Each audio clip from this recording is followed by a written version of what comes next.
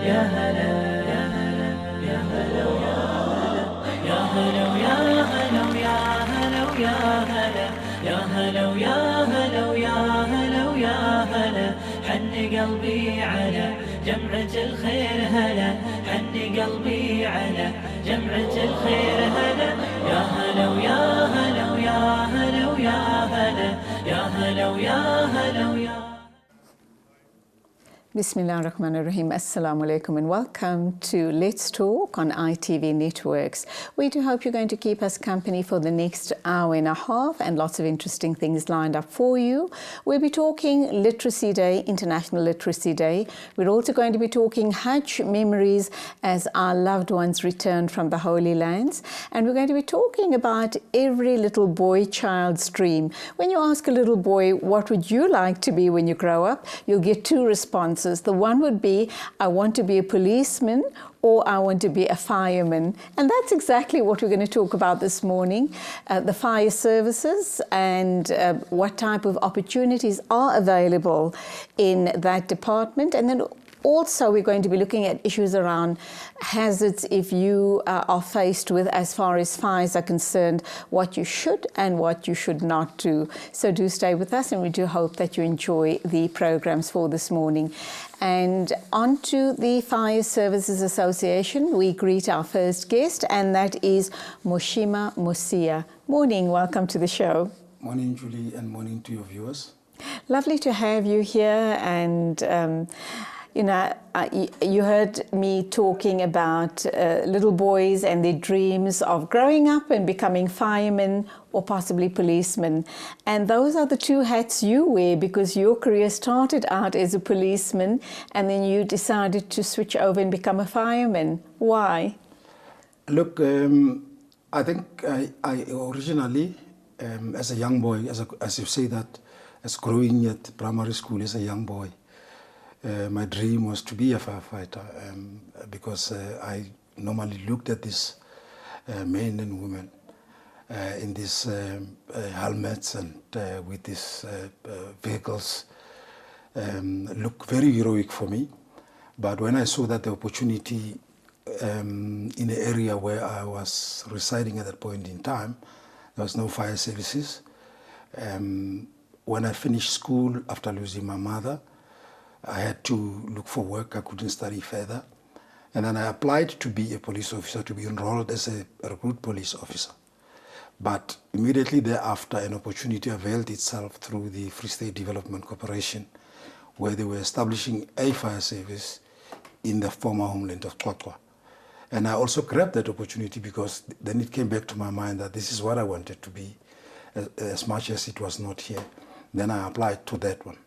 And I got two jobs at the same time, but I chose to be a firefighter.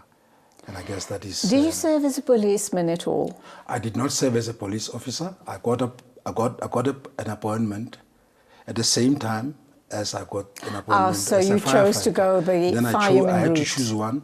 Then I chose to be a firefighter. You said to me that as you were growing up, you lived in the Free State and you were passionate about becoming a fireman, but there were no fire stations in that area at the time. I'm wondering what happens, because we have a lot of rural areas throughout the country. We also have very small dorpies. What happens if they have fire breakouts and they're not close enough to a major centre where a fire service can come to their rescue? Look, I think that is a challenge that the country is facing now, in as far as fire services are concerned, because not every town or rural area or rural town or small dorpy that is having a fire service. And you find out that fire services have to travel long distances from cities that have got fire services. And by the time they get there, everything is a band down. But I think the Department of COCTA is working very hard to ensure that at the end of the day, each municipality must have a fire service, because in terms of the Constitution, fire brigade services is a competency of local government, meaning that every municipality must establish a fire service, And the mandate is further defined in the Fire Brigade Service Act.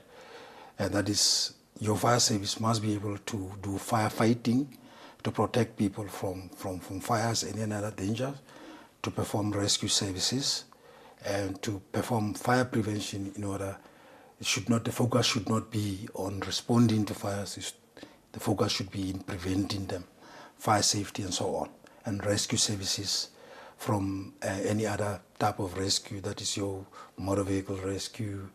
It could be a trench collapse, it could be a building collapse, it could be any other incident that requires somebody else's life to be rescued from, as long as that mandate does not belong to another authority.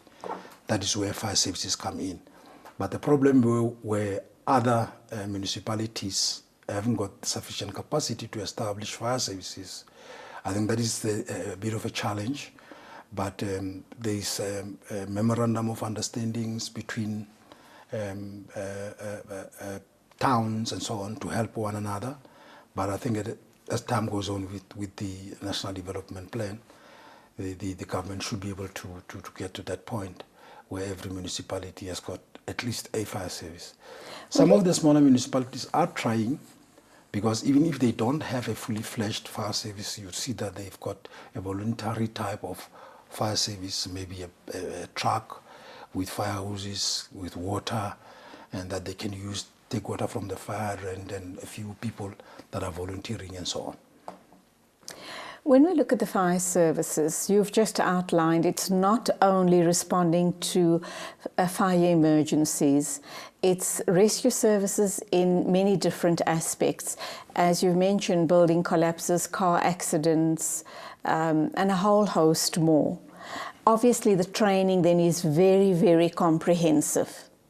Yes, the training is very, very comprehensive, and there's various types of courses that are offered at various levels. But you first have to start at the beginning as a firefighter, where you can be trained.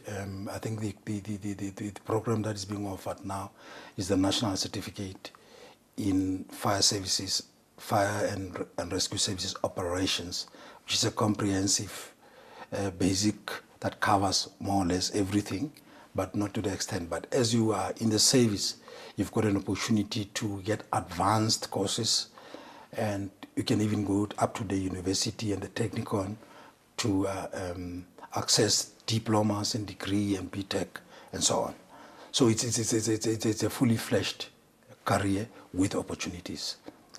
And you would encourage young people who are not quite sure what to do with their lives, that this is the route you could, if you are that way inclined, if you're a people's person, if you're a humanitarian, if you feel you want to serve, you want to be of service to the community, this is possibly one of the avenues you could explore. How long then, let's look at entry level, what does that entail in terms of training? The current National Certificate in Fire and Rescue Operations is more or less 1 year program. But as I said, that the mandate is mainly at local government, and bigger municipalities such as Johannesburg, Ekurhuleni, City of Cape Town have got training academies, and most of the time as part of skills development programs, they do implement learnerships, meaning that they take young graduates from school after passing standard 10, and they put them on a learnership program to do that certificate. In that way, they are able to do theory and practical at what at a certain period they are on theory in the class, a certain period, because the same academy belongs to a fully fledged fire service, and they are deployed at the various fire stations to actually respond with the fully qualified and professional firefighters that teaches them at actual incidents, so that by the time they finish the program, they are ready to be a firefighter, and they are able to start working. You have to be a certain or a special type of person to go into this line of work, because it is very grueling. you are putting your life at risk, and you have to be truly tough. You've got to be in peak physical condition. Yes. Look, it's not I wouldn't say that this is one of those employment creation area, because as you say, that it needs a person that wants to, that has got a will at heart, the person that is prepared to save someone, that has got a passion, that has got a dedication to say that I want to save someone's life. I'm prepared to risk my life to be able to save someone else's life. But risking does not mean that you go in blindly and ignore your safety, because your safety comes first. But it's understandable that would go with a risk where you may lose your life trying to save someone else's life. Those things happen, but you must have a dedication, you must have the passion to do the job. That is what is important. You must not take it just as a job because you're getting a salary. You must have that passion, because the feeling after you've saved someone else's life, it's unimaginable. It's a very exciting feeling, having saved someone's life or having saved someone's property. That makes you feel great. But at the same time, it comes with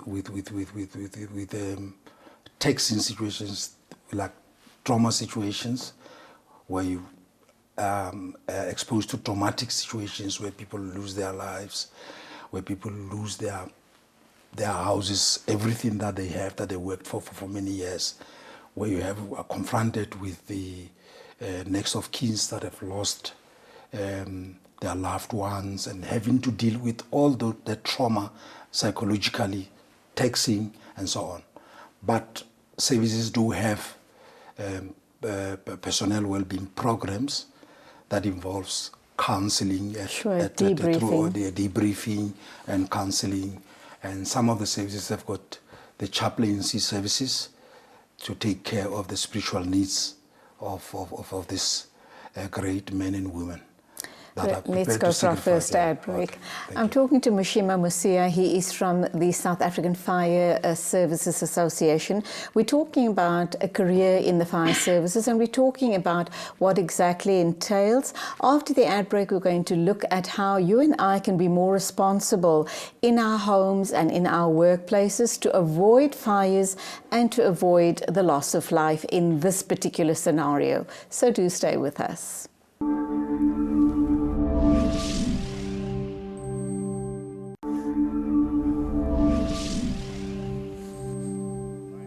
We're talking fire prevention, we're talking careers in the fire department, and of course we're going to unpack all of that with Mishima Musia. He's with the South African Fire Association, and he's here to educate us about how we can be more responsible. Now, before we get to all of that, what is your current role? Because you seem to have been in the association for a very long time, and you've moved out from the front line, so to speak. Look, I've been, for 27 years, I've been in the local government fire services, or an environment, or at least leading a department that is responsible to manage fires and deal with fires and so on. So I have joined the Fire Protection Association of Southern Africa, because there are so many role players in dealing with fires throughout the country. You've got associations such as the one that I've joined now. You've got local government. You've got private fire services in the industry and commerce. But everybody's goal is to try and reduce the loss of life and property and the damage that it causes in the economy. Because if a factory goes down, and there's 150 people that are working there, if it goes down on fire and it's burnt down, it's 150 people, 150 families and relatives that are affected, and that has got a major impact in the economy. So there's many role players in this economy that are working together, that are collaborating to try and prevent fires from occurring if they occur, to put measures in place to mitigate the consequences thereof in as far as loss of life and property and valuables of people is concerned. So I'm with the Fire Protection Association now. This is a non-governmental organization. It's an association by a group of members from the industry and commerce that came together in the interest to make a contribution in assisting the local authorities in the prevention of fires, in providing training and so on.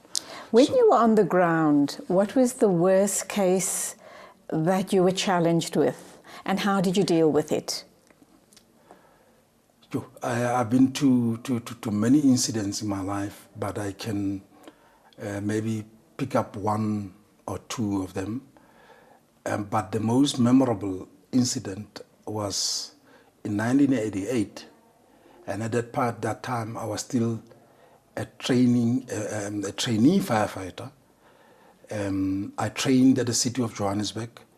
We trained at the Brixton Fire Academy and Rietfontein Fire Academy. We're sort of a learnership. Learnerships don't start now. We're in sort of learnership at that time, because after theory during the day and practices and so on, at night we would be booked at the Jabulani Fire Station in Soweto, and we would respond at night and over the weekends. So some weekends we'll be given a weekend off to go home. No, but let's talk about challenges. I'm coming to that incident. One weekend when we were coming back home on a Sunday between Helbron and Petrostain, that is the incident that I don't forget, we came across a motor vehicle accident where a minibus taxi full of people collided with a buggy that was coming out from a T-junction from the farming area just in front of Petrostain. And it collided with this taxi. Taxi lost control and it overturned and rolled a few times, and in the process throwing people out until it is stopped by a pole. And we just came to that incident as it had happened. And when we got there, we were still trainees and fresh and with energy, and we're doing this thing, we're doing first aid, we're doing CPR and all those things. But the most traumatic thing that happened there was a mom that was putting with her hands on her head all over, looking for a baby, because when the taxi overturned, she had a baby in her hand, and the baby is lost, and no one knows where the baby is. The baby cannot be accounted for. And here is the 8 of us going out of our minibus, and we walking in the grass outside the road and looking for the child. But the child is nowhere to be found. And the mom is saying, no, I had my child in my hands when it rolled. Up until at one stage we thought that because the taxi was facing upside down, the wheels were facing up and leaning against the pole, but lying with its top. We said, no. Let us uncover this taxi and see what is underneath. And when we rolled that vehicle, the baby was under the... Is the baby okay? The baby was okay. Oh, thank God. I don't know, that was miraculous, because the entire top of the, had a huge dent, and the dent covered the baby. And the baby had bruises, but the baby was alive.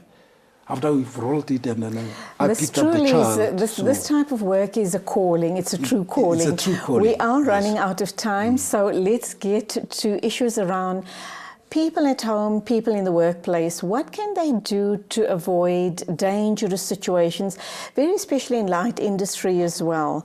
What are your tips to give people at home and in light industry to avoid hazardous and fires from occurring? I would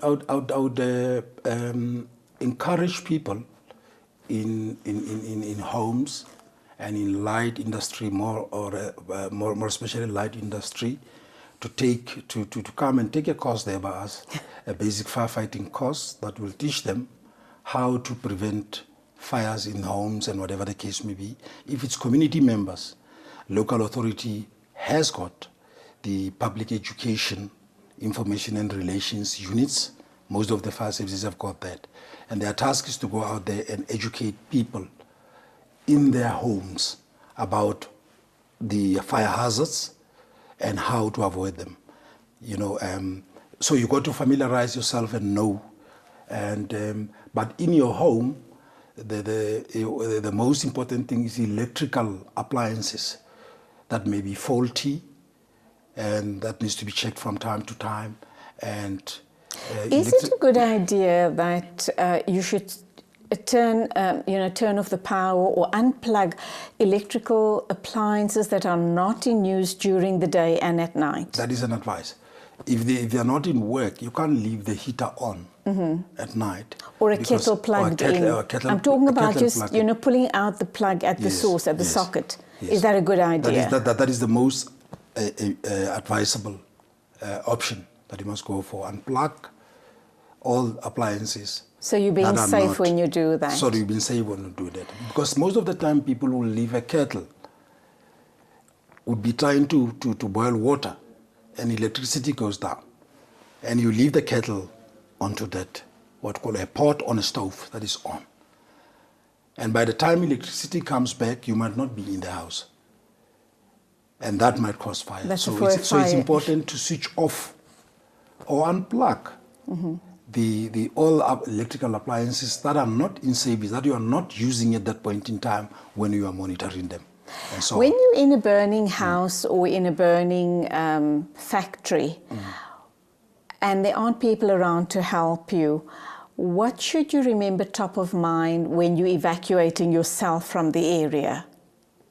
First of all, you got to which is what most people forget, you got to familiarize yourself with the environment within which you work and participate in the fire drills that are undertaken from time to time. Every workplace has got an emergency evacuation plan and standard operating procedures that tells you what to expect. But people somehow don't take that serious. And familiarize yourself with the signs, because every building would have an escape sign, a green man that's running, meaning that in the times of evacuation, you got to follow that sign, because that sign takes you to an emergency exit door that will take you outside the building, and you can go to an assembly point, a prescribed assembly point, where everybody else is accounted for. But when a signal that would have been known to everybody in that workplace is given for you to evacuate, you got to remain calm. You don't have to run, because you may trip and injure yourself and enable yourself to escape. And be calm and not shouting and not running, but try to, because you would have familiarized yourself with the people that you are working with.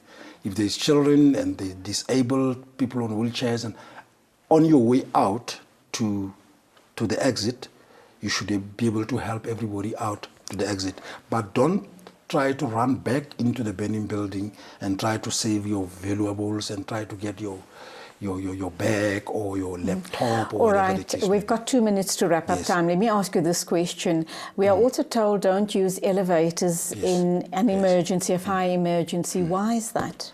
That because remember the elevator is part of the building and it runs on electricity for it to go up and down.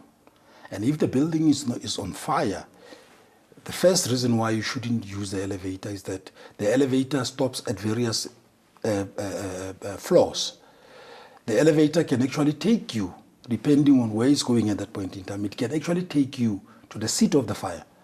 So that when it takes you to that level, you find that that is the level at which the fire is, and the seat of the fire is. And when it opens, there'll be that flash of fire into you, and you can get yourself killed or seriously damaged. That's why it's not advised that you are not advised that you must take, if it's a high-rise building, you must look for the escape stairs. There's always a fire door leading to the escape stairs, and that is a safe, non-combustible. It's constructed of non-combustible material, and the fire doors are self-closing. That would be the safest place to be at. That would be the safest place to it, and that's where the green man that's running is taking you to. You must follow that man, because if you follow that stairs, that will take you out on the ground floor. And then you can go to the assembly and finally, point. fire hydrants, both in the home and in a light industry. How important is it, and should we all learn how to use a fire hydrant?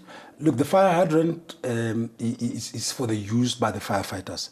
But what you have in buildings is fire protection.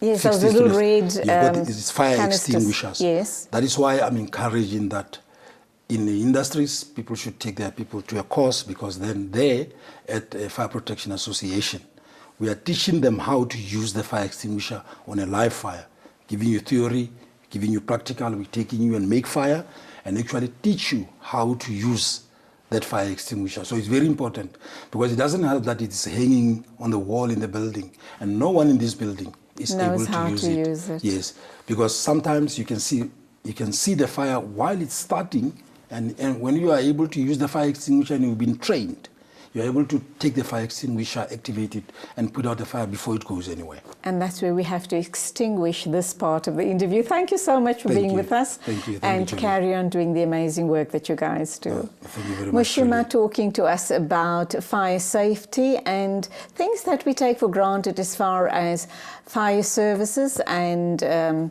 just issues around when there are fires. We're not even sure what to do. We become helpless and hopeless in those situations. So he is actually urging everyone, you and I, friends, family and relatives, to try and attend a fire safety course or any form of emergency course, because you never know when it will come handy. Still to come on the show, we're going to be talking Hajj memories, and we're also going to be talking World Literacy Day. Thank you.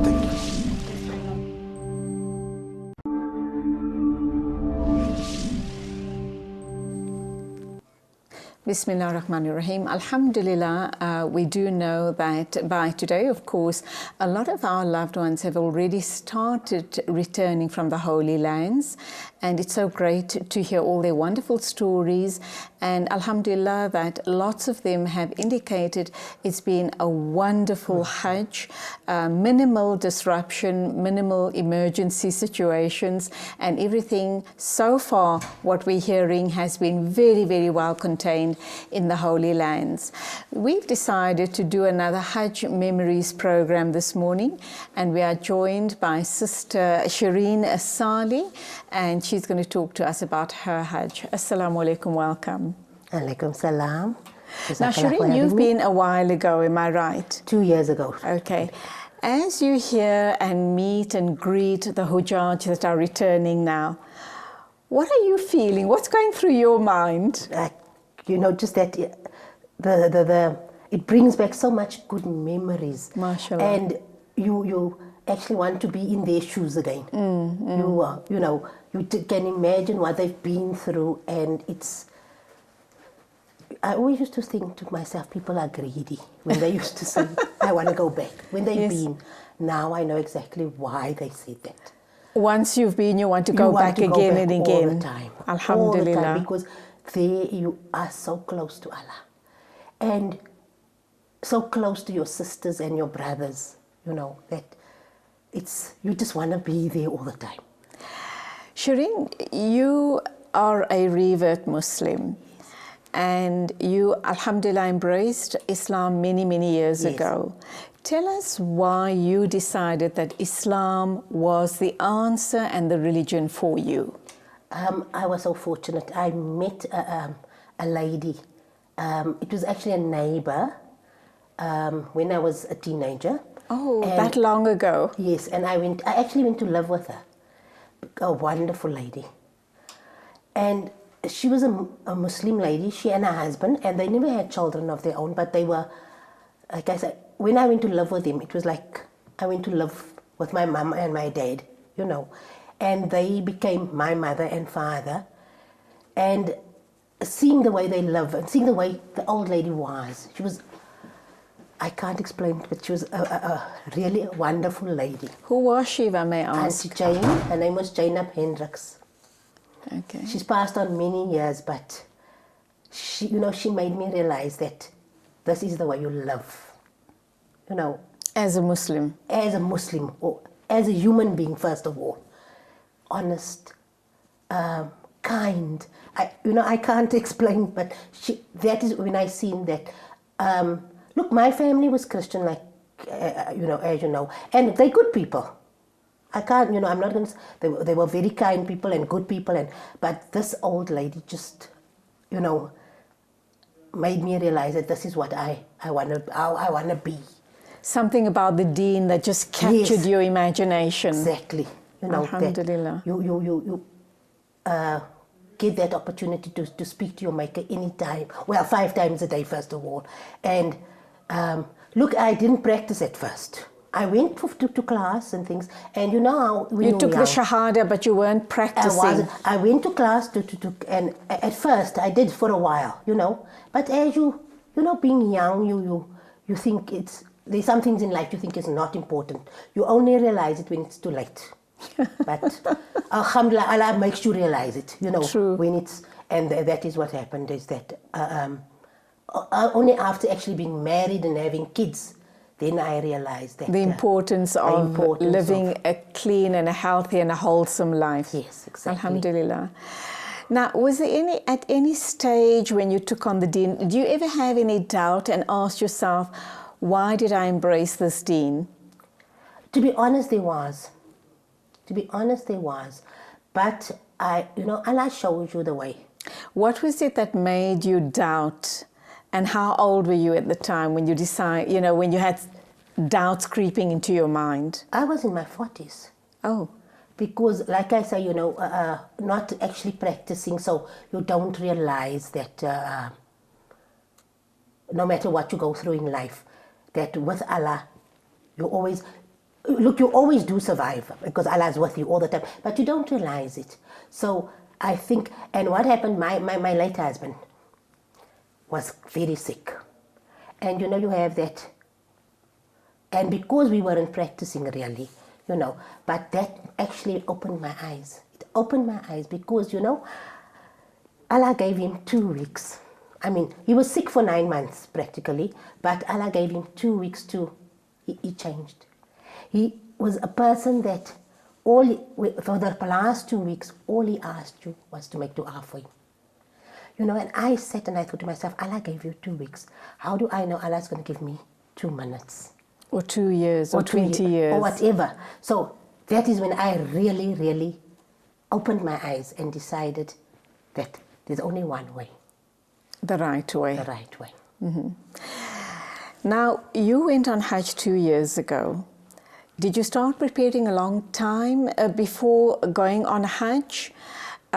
Did you kind of consciously tell yourself that I want to fulfill this 5th pillar of Islam? It's my duty, it's an obligation. This is what I owe Allah subhanahu wa ta'ala, to show him that I'm a true believer and a true follower. How did you start preparing?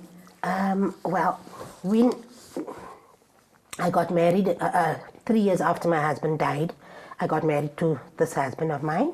And alhamdulillah, he's also on the straight path. Alhamdulillah. And when we got married, the first thing we spoke about was Hajj.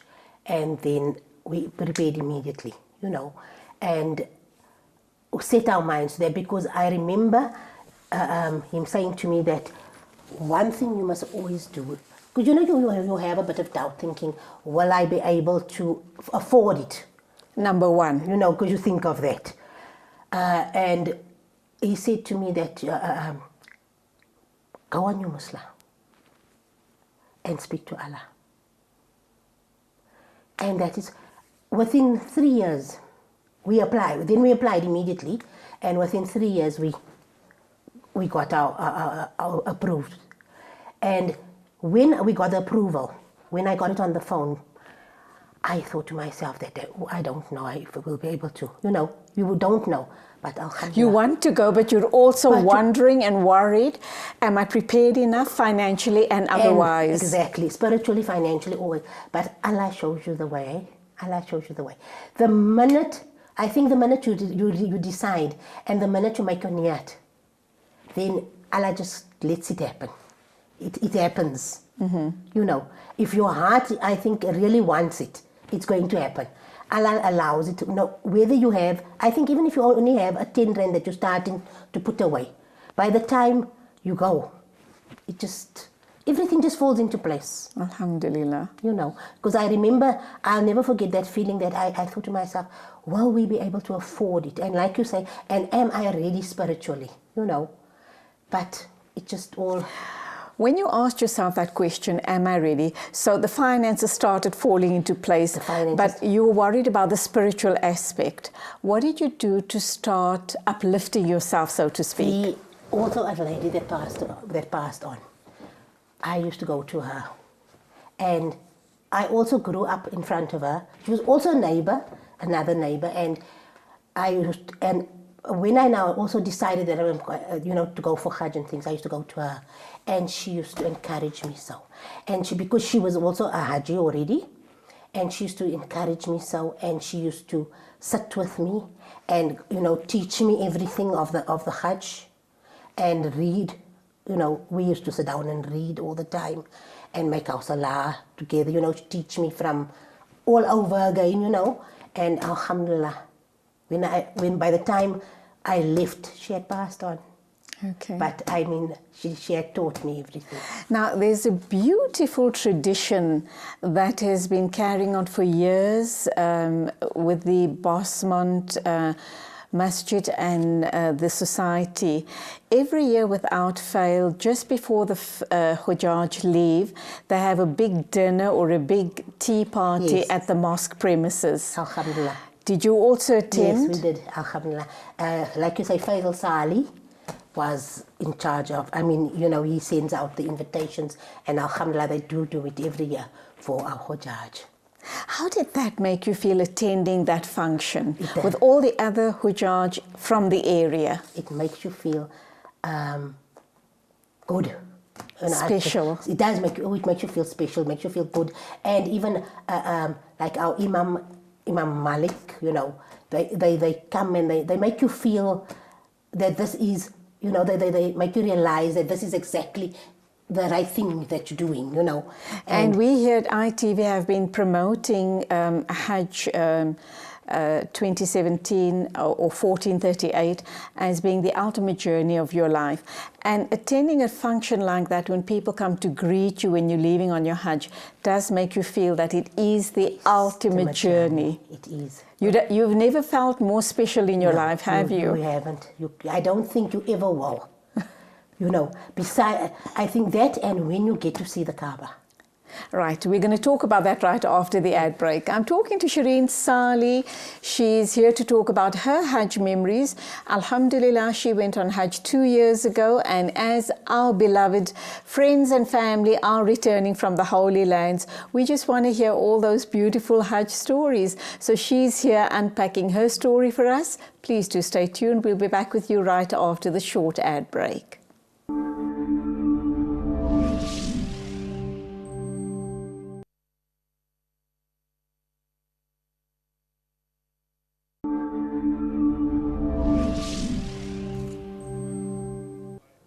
Shareen Sali is in studio with us, talking to us about her Hajj memories. And I have no doubt in my mind that, alhamdulillah, those of us who have already been can recall all those amazing, precious moments that we spent in the Holy Lands. And we do hope that by way of this interview, we are bringing back those memories to you. Shareen, now, when you arrived in the Holy Lands, just before you got there, were you still involved in a lot of preparation before you left?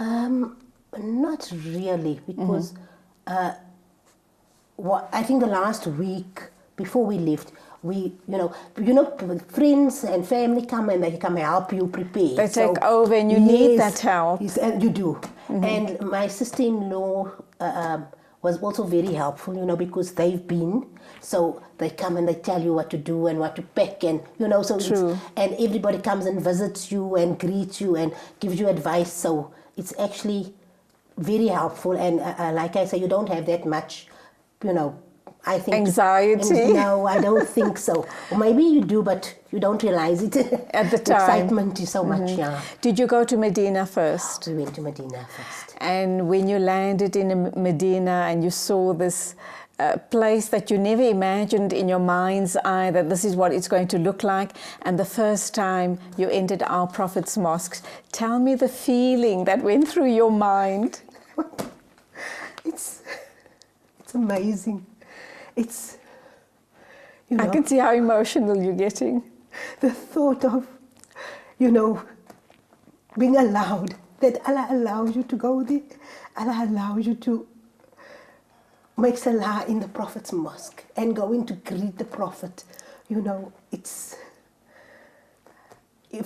may Allah grant each and every Muslim that Ameen. opportunity. Ameen. Because it's really opportunity that. Apart from the Nabi's mosque that stood out for you, and as you speak, I'm becoming emotional as well. What else did you love about Medina? Oh, Medina is just the people are so friendly. The shopkeepers are so friendly, and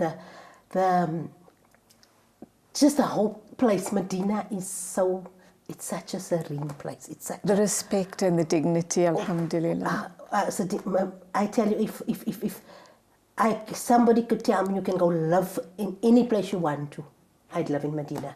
Alhamdulillah. Alhamdulillah, because that is just a place where I think you want to be. You know, you just feel that you like sometimes you go somewhere and you have to get used to the place. I don't think with Medina. You don't have to get used to the place. It's like you at home, you know. And that spiritual feeling is there. And when you go to the Nabi's mosque, when you go to you can sit there for hours and hours And not get tired. You don't get tired. You can. And what we used to also do, especially the second week, because we were there for the 2 weeks. The second week it starts getting so full. So what you do is you when you go for Fajr, you actually okay, maybe Fajr is a bit long, but when you go for Dhuhr, you wait until Asr. And Asr you wait, or you try, and what we used to do sometimes is we'll go, a few ladies together, and then one of us will go out and maybe go buy water or something, because if you leave there, you come back, you're not going to get place, So we try and do that. And keep each other's places. And keep each other's place. But alhamdulillah, I tell you, you can really, really make your home there. And then you leave Medina. And you go to Makkah. And you arrive now in Makkah. And the first time you set eyes on the Kaaba. Tell us about that. That too.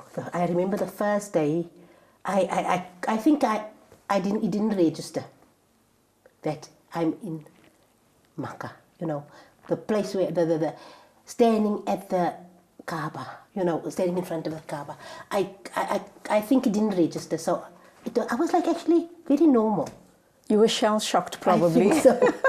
I remember the second day, because we lived right there by the Kaaba. As you see, I'm sure you know where it is. When you go up the escalator, you go into your room. So yes. That is where we were.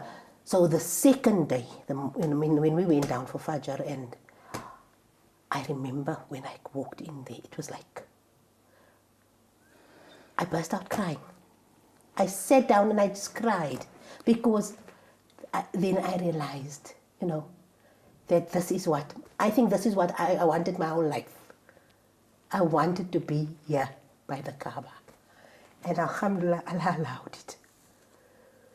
And I really can't tell you, but I am so grateful. Alhamdulillah. And all I ask is that Allah allows all of us one day, Ameen. all our families, my kids, my grandkids, to see the Kaaba. Ameen. What was the 5 days of Hajj like for you? You also moved to Azizia and then Mina, Muzdalifah, the pelting of the shaitans. Was there anything that stands out as a difficulty or a challenge, and how did you overcome it? I don't. You know what? The only difficulty I can personally say is my legs were swollen like this. And why is that? When we went from Medina to Mecca, in the bus. I think it's a 5-hour, 6-hour drive. Yes. And I think, that heat, Yes. my legs were swollen like this. I mean, I take a size 3 shoe. And I went and I bought a size 6 sandal because, but I was fine. Allah is so great. Alhamdulillah. I could do everything with that big feet. I mean, I used to go walk and pelt and, whatever. And the only other thing, is, but I won't say it was hardships. There was nothing hard. Because every challenge you have, you learn from it, and that is why I know often people say don't come back home and don't share any negative stories, but I think that when we share the stories, you should know, we're just helping each other for the eventuality that if somebody else goes, they'll know how to deal with the situation, and that challenge is a learning curve for you. So it's okay to talk about it because you're learning, and you're so pleased about the learning that has enabled you. Exactly. I think you're right. You're 100% right. Because and like you say, and I think once you go through that, you realize it wasn't really a hardship, but a learning thing. It enables you to. And it makes you look forward to the next time. Inshallah. So, because the next time you're going to do better. The thing is, what was a bit difficult for me, like I said, is the walking, walking from Mina to go and pelt maybe and so. But alhamdulillah, my husband was with me. And he helped me, so, I could keep on to him. Now, that is another thing I think. I think also why a woman should have a mahram. A mahram is because especially like when you get a little older and so on, because to walk so far, it's not that easy, and if you're alone, it's going to be difficult. So when you have someone like I had my husband, and I could keep on to him, and there was times when he could see I'm getting tired, and he'd run ahead and he'd go and get me water, and come back and give me the water, and I'd feel better again. And another thing is, as when you're walking and you get so tired and the heat is so terrible. The heat is terrible. And luckily, and what we also did is we had our face cloths wet, in a little plastic bag or something, but it gets hot. Within half an hour or 15 minutes, it's hot. And it's dry. So, but they have a lot of water on the way. So that's why I say they need to run ahead and go get me some water and come back and give it to me. So it helps. And while you walk and you make zikr, yes. while you're walking. So you also forget about that hardship, like true. So, but that is about more or less the only thing I can find. The walking was a bit difficult because of my swollen feet. But alhamdulillah, I managed. How did you feel when you came to the Jamarats and you were stoning the devils or the Jamarat? You feel what went through your mind? You feel so. You feel like you've let off something. Like you've had something on your shoulders and you've released this stress. In other words, because that you're pelting this devil away. In other words, but I mean, for a fact that it's you're throwing a symbolic, yes, symbolic, but it still makes you feel good. It makes you feel very good. And then, of course, it was time for Al-Wida, and you go for your final Al-Wida to the Haram. Did you really believe that this was all over and you're now going home? I'll never forget that day, because it was something I wasn't actually looking forward to. Me personally. I remember when they told us we're going to go. We actually went in the middle of the night because we had to go earlier, but I don't know if we didn't get the bus didn't come or something. But anyhow, we decided then we're going to go in the middle of the night, because if we leave it for tomorrow morning, because we were going to leave the next day. We came back immediately practically. So, we thought we don't want to get... Then I remember as a group, a very lovely group, and as a group we decided to go. And we took the taxis and we went. And I remember that feeling that I don't want to go because it's going to be the last. That feeling that I remember that because, and then remembering how we used to go, because we were 2 weeks in Azizia. And we used to go with the taxi sometimes to The Haram. and and walk even in Mecca, we were 2 weeks in Mecca too. And being the 2 weeks in Mecca, the group was so the men of the group used to keep us so safe because Hajj time it's very full, and you get pushed a bit, but the men used to keep us so safe. Our imam and the men used to walk around us. I can see and hear that you had an amazing experience. We've come to the end of the interview. What are your final thoughts for our viewers this morning? That may Allah grant each and every one the opportunity Ameen. to go and do their Hajj. Ameen. It was lovely meeting you. Thank you for sharing. May Allah subhanahu wa ta'ala be with you. Accept your du'as and accept your du'as for the entire ummah, inshallah. Ameen. That was Shareen Sali talking about her Hajj trip with us this morning. And of course, Hajj memories, it's something we never ever tire of hearing about. To wrap up this morning, we're going to be talking about World Literacy Day. So do stay with us. Let's take an ad break first.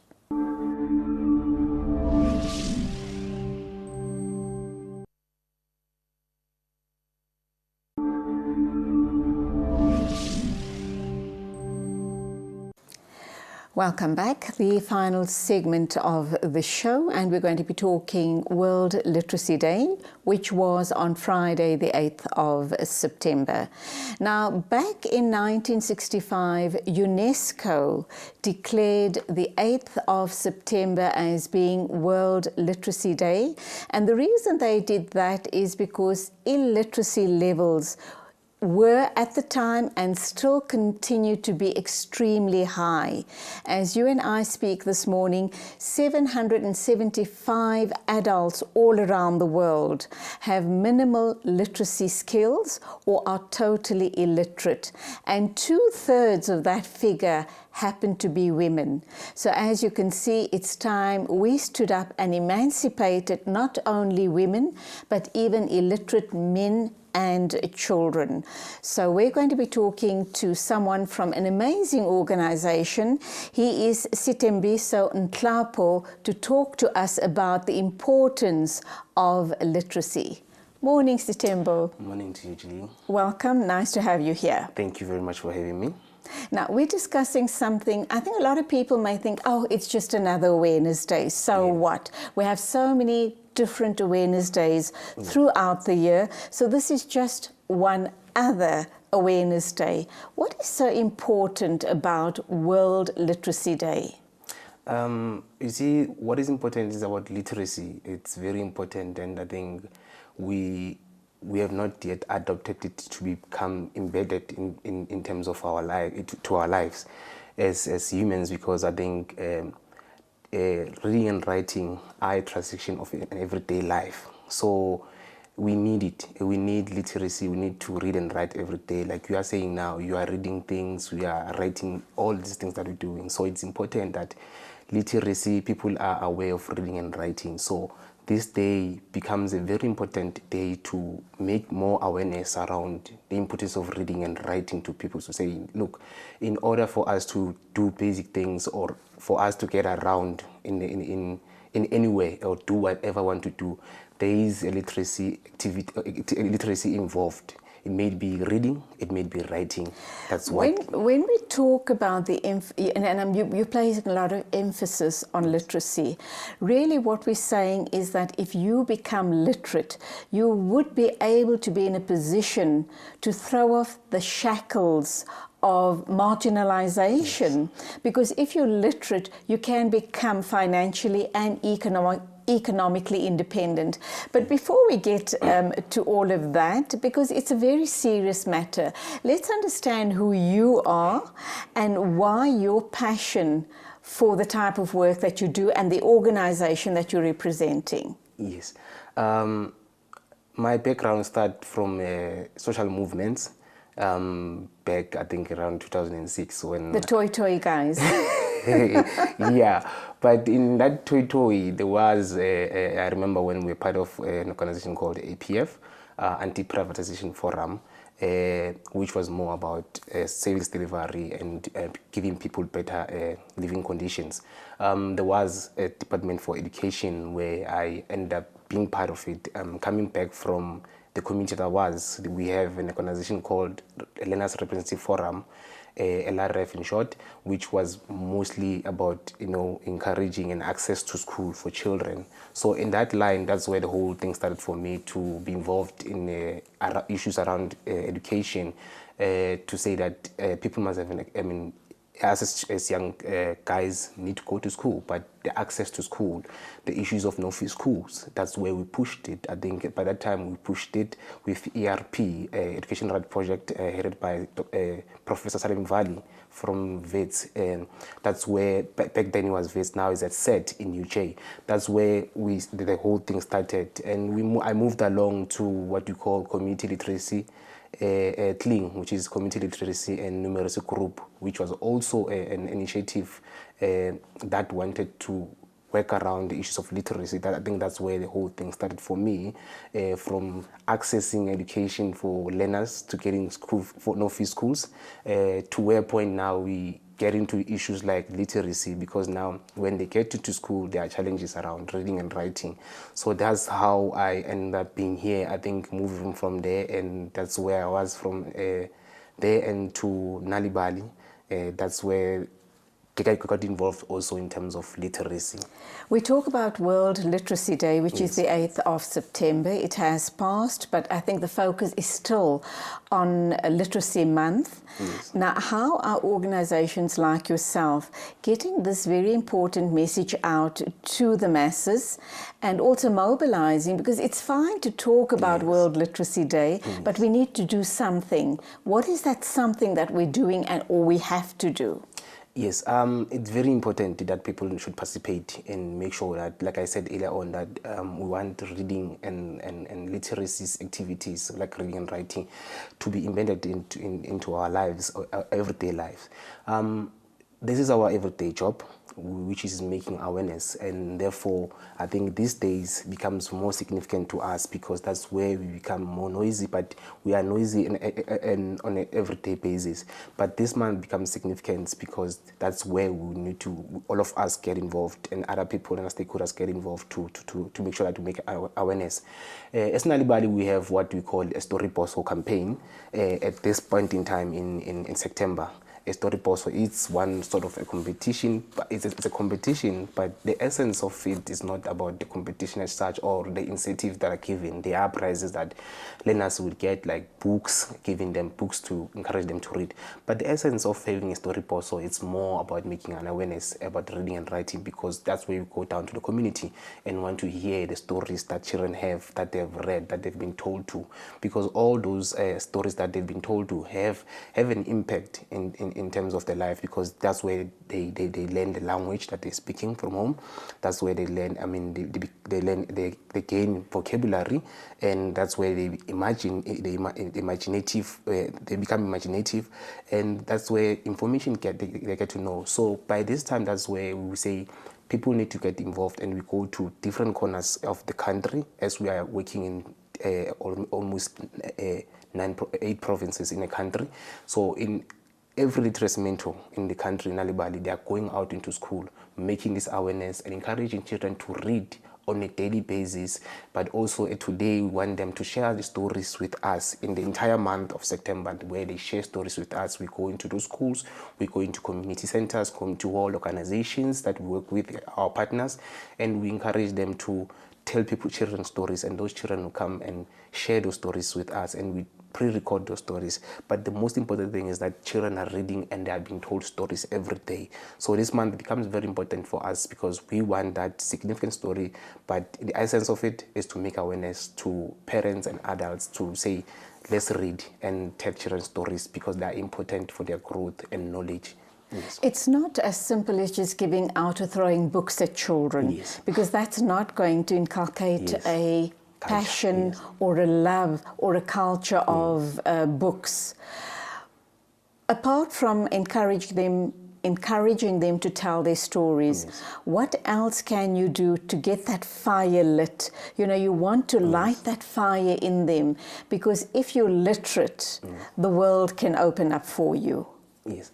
You see, the work of organization come and pass at some time, and we need to be very, very had an impact when the life passes.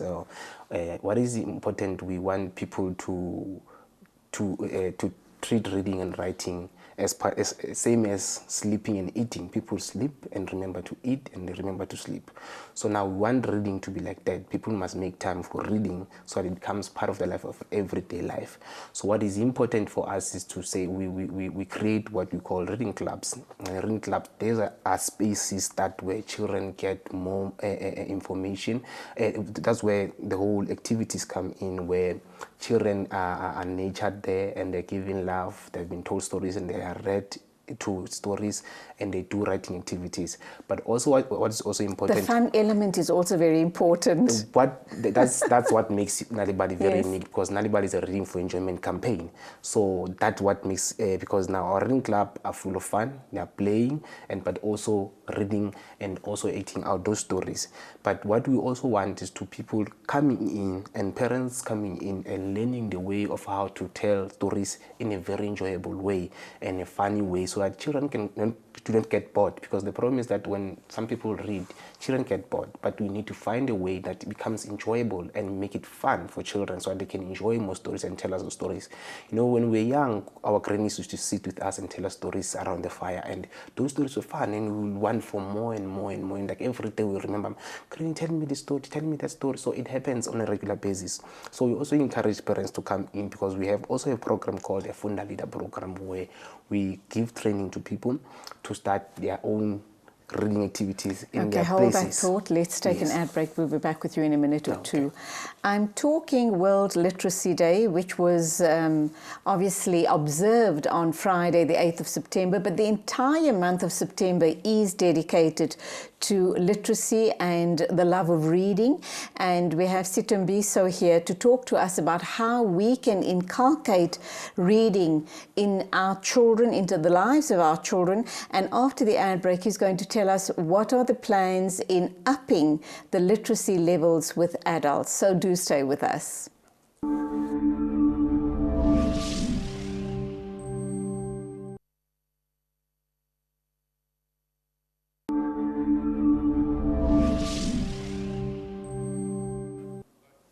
Literacy is our focus on the show this morning. It was World Literacy Day on the 8th of September, and the rest of the month of September is being dedicated to issues around literacy. So we do hope you're enjoying this part of the show. Now, in terms, we focused a lot on children, and I think it's easy to get children hooked into reading. As you've indicated, make it fun, make it affordable, make it interesting, make it available, and that's the important thing. But we also have a huge issue of literacy levels amongst adults. And if an adult is not literate, it's not going to be passed down to the child or to the children. What is your focus as far as that is concerned? We have a program called a Funda Leader. A Funda Leader is a program dedicated to individuals or people who have interest or keen interest in reading it in literacy space. What we do, we provide training around it, and that's where people get all this understanding as to how do they start reading for fun and for enjoyment, because the idea has been about reading for children or doing children's school's work only, but not reading for fun and enjoyment.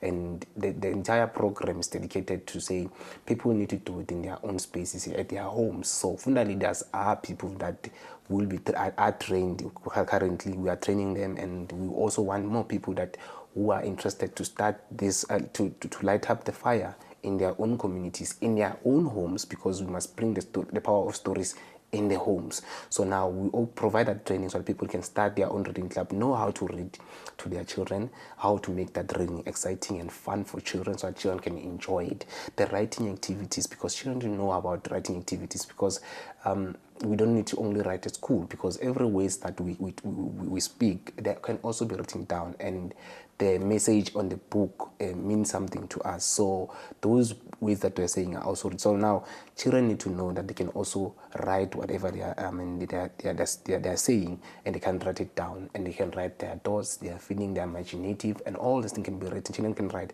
for a real reason. So that's where we engage with people who are having interest in literacy.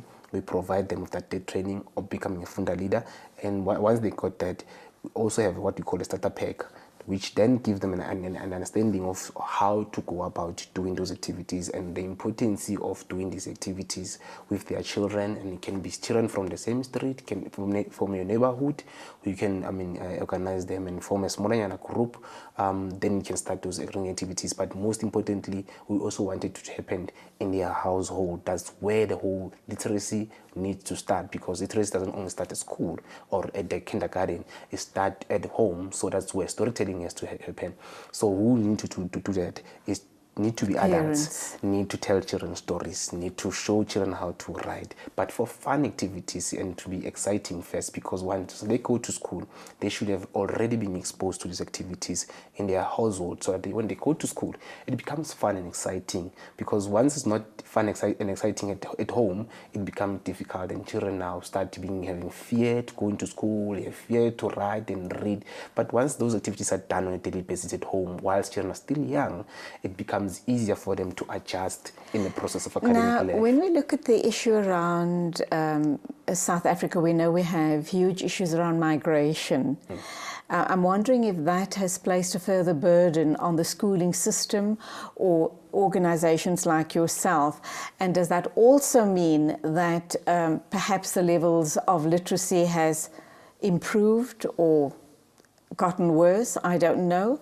Do you have any stats, or do you guys have any idea of what's happening in that space? I might not be correct in terms of the figures of in terms of... A guesstimate is fine. Yes. As Nalibali, up to so far, we have distributed over 1 million of what we call supplements to around the country, where we want, which is a smaller booklet where children would get to be read to on a daily basis.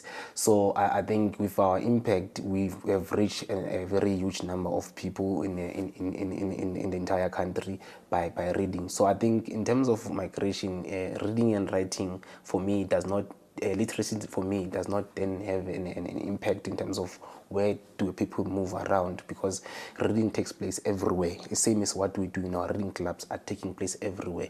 So I'm thinking about numbers and that impacting on the infrastructure. Yes. I might not be very sure on that one. I think that might be most importantly be a DBE issue, because in that terms, in terms of this infrastructure, there are more, I think the relevant people to answer that will be DBE in terms of that movement. I wouldn't want maybe to give a wrong impression to in that understanding. Yes. Because there is a real risk of children falling through the cracks in that sort of an environment. Yes. Sadly. Yes. The more children, I mean, when we have a huge number of children in a very short space, in a limited space, it becomes very difficult to engage. That's why you're also saying we're creating reading clubs, so that because children don't get that full attention in schools because of the numbers and the movement that happens when you have that migration pattern taking place. It's very difficult when school becomes an influx with many children. It becomes difficult for teachers to actually engage children individually. So now that's where it becomes the problem is, and that's where the issue of literacy becomes a very huge challenge, where other children not, I mean, teachers have a ratio of, for instance, you have a ratio of 50-1 in a class for a teacher, or 40-1. It's very difficult. So that's where we, as Nalibali, we actually play a role to say we open spaces and informal spaces as a reading club, where these children get attention and given love to, because these activities are, when you nurture children, you also need to give love and children, children want attention and love, and when they get it in a space like that, they're going to learn, and that's the whole aim. Do you, in terms of this whole issue around Literacy Day and creating the awareness, do you believe over the years it has gotten better or worse? I believe that the more we get to a point, we're hoping that it's getting better. I'm hoping, I'm not be sure in terms of the stats, but I'm hoping that with the impact with us as an organization, Snalibali, and other organizations that are dealing with literacy, with growth and support of the community, we will get better in when time goes by, because such things of literacy are a process, are not something that we can get results overnight. They are a process, but I think with our involvement and an exposure to children to books, and parents getting involved and other community members getting involved, I think we will actually win this challenge, because it needs a community, entire community. It's not like, for instance, the Fundadila program, it's what we want to do so that everyone gets involved, not only us, because we can't reach each and every corner of the country, but we need other community members to come in to play their role. And are you getting the buy-in? Yes. You are? Yes, we are. We are partnering with several, many organizations in our communities, in our different provinces. Each and every LM has their own partners, especially community organization, because they have their own people that they're working with. So it's easy when we tap into the environment of such, where they are already dealing with children, and introduce a Nalibali program in those organizations. But we're still also seeking more partners in our communities to join us in, so that we can tap in as many children as we can, and tapping in many parents and school environment that we can, so that we are able to touch more children and be aware, because we need this thing to be something that becomes an everyday thing. It becomes our life. What is the theme for this year, for this month? Every year, the different organizations have a specific theme to drive the message of literacy. Is there a specific theme this year? I think our story also is one, like I said, is one of our biggest themes this month, that we want to hear more stories, and we want children to tell us more stories, and I think we encouraging them to tell us more stories. So if people are around and willing to want us to share these stories with us, they can communicate with us, and especially in our communities, and they can share their own stories. So I think story also is one of our biggest thing this month, yes. Now, we know the one way that we can encourage not only children but adults as well to become literate and to love reading is to make sure that there are books available for children and adults alike. But books come at a price, and you also lose them through wear and tear, etc. What is the plan going forward to make good books, readable books, books that are going to enhance people's learning and enjoyment, to make this available for children and adults alike? I think that is also one of the biggest challenges, because the issue of books are very expensive, and for disadvantaged communities, it's a challenge for them to able to access books and buy them, because some people will think, if I could buy a pack of Millie Meal or buy a book, so obvious choice will be buying a pack of Millie Meal so that they can eat at night. So as Nalibali, we have what we call our supplements, where we try by all means to say people can have their books, where we have distributed books. Like I said, we have over 1 million of those have been supplied in the entire country. But also important, we have in our websites where there's stories where people can download, if people have their mobile phones, is naliwali.mobi, where there are stories that they can go on. But sadly, not everybody have access to technology. Yes. Perhaps you guys should start thinking about collecting old books, people who wanting, who have lots of books and wanting to donate to your library, so that you can then get these books to the most needy of people. We do like we do appreciate donations, because we have reading clubs in different spaces in the country, and we would really want, if people have books that they want to donate into those reading old club books, spaces, you welcome them. Yes, they can give to children, so the children can read for enjoyment. Sure. So because there's spaces, that's where the resources are needed. For instance, in that booklet of us, when we talk about Funda leaders, there are different activities that they can get involved in. Like, for instance, people who want to donate books, they are also Funda leaders, because they're donating books. People can donate refreshment to those reading clubs. Wonderful. So I think what is important is to identify a close by reading club.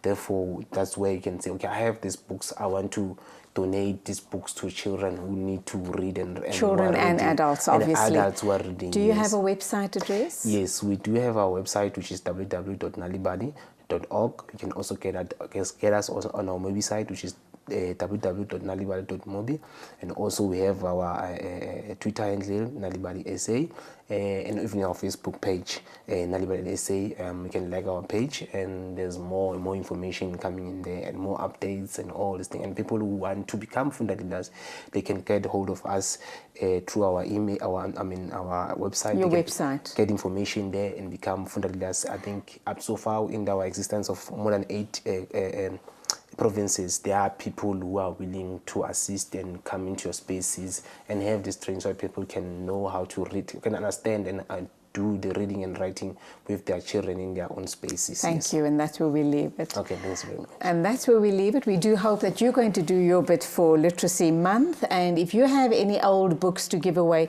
I have a whole stack, I think boxes of books that I have. I certainly am going to donate it to a very worthy cause and make certain that we upskill our nation and that our nation becomes a nation of readers. And that's where we leave it. Thank you indeed for being with me. Till the next time, as always, Khuda Hafiz from me, Julie Alli. Hope you enjoyed.